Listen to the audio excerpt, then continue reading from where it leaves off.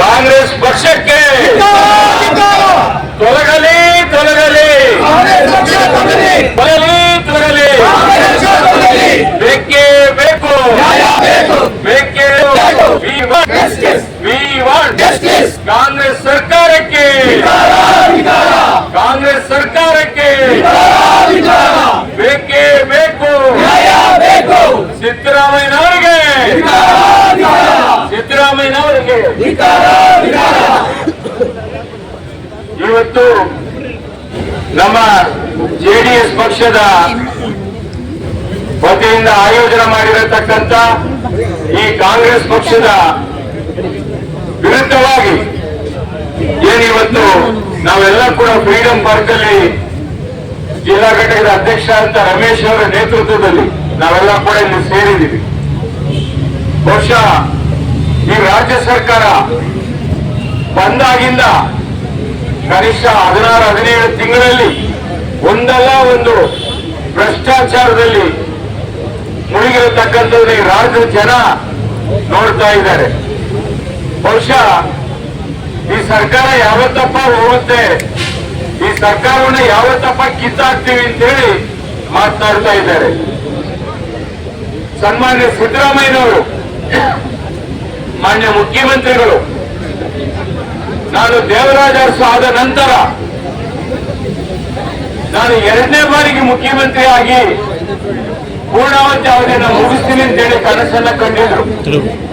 ಆದ್ರೆ ಅವರು, ಅವರ ಕುಟುಂಬ ಸದಸ್ಯರು, ಅವರ ಧರ್ಮ ಪತ್ನಿಯವರು ಇರ್ಬೋದು, ಅವರ ಮಗ ಇರ್ಬೋದು, ಮತ್ತೆ ಅವರ ಬಾಮೈದ ಇರ್ಬೋದು, ಅವರ ಕುಟುಂಬ ಸದಸ್ಯರು ಎಲ್ಲರೂ ಕೂಡ ಈ 3 ಹಗರಣದಲ್ಲಿ 14 ಸೈಟ್ ಅನ್ನ ಪಡ್ಕೊಂಡು, ಅದು ಕೂಡ ಯಾರ್ದು ಸೈಟ್, ಅದು ದಲಿತರ ಭೂಮಿಯನ್ನ ಪಡ್ಕೊಂಡಿರತಕ್ಕಂಥದ್ದು.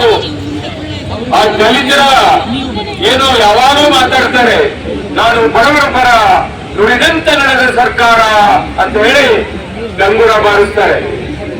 ಆದ್ರೆ ಇವತ್ತೇನಾಗಿದೆ, ನಾವು ಕೂಡ ಜೆಡಿಎಸ್ ಮತ್ತು ಬಿಜೆಪಿ ಎನ್ಡಿಎ ಮೈತ್ರಿಕೂಟಗಳಿಂದ ಬೆಂಗಳೂರಿಂದ ಮೈಸೂರಿಗೆ ಪಾದಯಾತ್ರೆಯನ್ನ ಮಾಡಿ ಈ ಒಂದು ಭ್ರಷ್ಟಾಚಾರದ ವಿರುದ್ಧವಾಗಿ ಧ್ವನಿಯನ್ನ ನಮ್ಮ ನಾಯಕರ ಮುಖ್ಯಮಂತ್ರಿಗಳು ಆ ಒಂದು ಕಾರ್ಯಕ್ಕೆ ಹೋಗಿಲ್ಲ.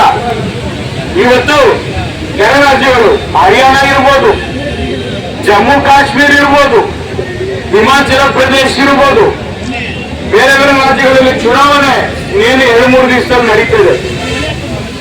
ನಿಮ್ಗೇನಾದ್ರೂ ನೈತಿಕತೆ ಇದ್ರೆ, ಈ ಸರ್ಕಾರಕ್ಕೆ ಏನಾದ್ರೂ ಮಾನ ಮರ್ಯಾದೆ ಇದ್ರೆ ಮುಖ್ಯಮಂತ್ರಿಗಳು ಕೂಡಲೇ ರಾಜೀನಾಮೆ ಬೇಕಾಯ್ತು.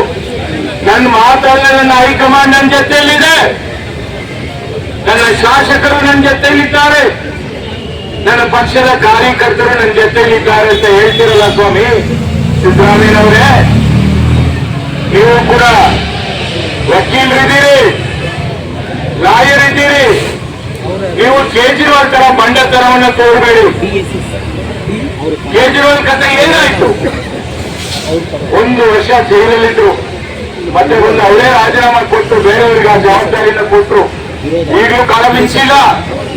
ನೀವು ಮಹಾದೇವಪುರಗೂ ಕೊಡಿ, ನಿಮ್ಮ ಮಗ ಯತೀಂದ್ರನಾಗೂ ಕೊಡಿ ಮುಖ್ಯಮಂತ್ರಿ ಪಟ್ಟ, ನಮ್ದೇನು ತಕರಾರಿಲ್ಲ.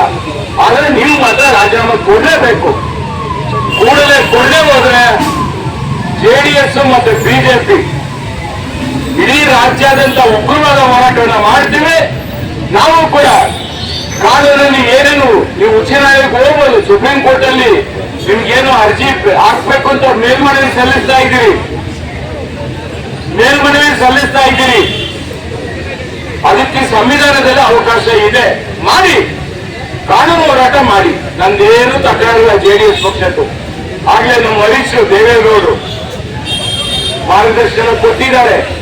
ನೀವು ಅವ್ರ ಜೊತೆ ರಾಜಕೀಯ ಮಾಡಿರತಕ್ಕಂಥವ್ರು ಸನ್ಮಾನ್ಯ ದೇವೇಗೌಡರ ಜೊತೆಯಲ್ಲಿ ನಿಮ್ ಬಗ್ಗೆ ಯಾವುದೇ ಕಲಂಕ ಇರಲಿಲ್ಲ. ಇವತ್ತು ದೊಡ್ಡ ಕಲಂಕ ಬಂದಿದೆ. ನೀವು ಕೂಡಲೇ ರಾಜೀನಾಮೆ ಕೊಡಬೇಕು. ಇಲ್ಲಾಂದ್ರೆ ನಾವೆಲ್ಲ ಕೂಡ ಬೆಂಗಳೂರು ನಗರದ ರಮೇಶ್ ಗೌಡರ ನೇತೃತ್ವದಲ್ಲಿ ವಿಧಾನಸೌಧವನ್ನ ಮುತ್ತಿಗೆ ಹಾಕುವಂತ ಕೆಲಸವನ್ನ ಮಾಡ್ತೀವಿ. ಜೊತೆಗೆ ಇಲ್ಲಿಂದಲೇ ಹೋಗಕ್ಕೆ ಪ್ರಾರಂಭ ಮಾಡ್ತಾ ಇದ್ದೀವಿ. ಮತ್ತೆ ರಾಜ್ಯಾದ್ಯಂತ ಉಗ್ರವಾದ ಹೋರಾಟವನ್ನು ಕೂಡ ಮಾಡ್ತೀವಿ ಅಂತೇಳಿ ಈ ಸರ್ಕಾರಕ್ಕೆ ನಾನು ಎಚ್ಚರಿಕೆಯನ್ನು ಕೊಡ್ತಾ ಇದ್ದೀನಿ. ನಮಸ್ಕಾರ.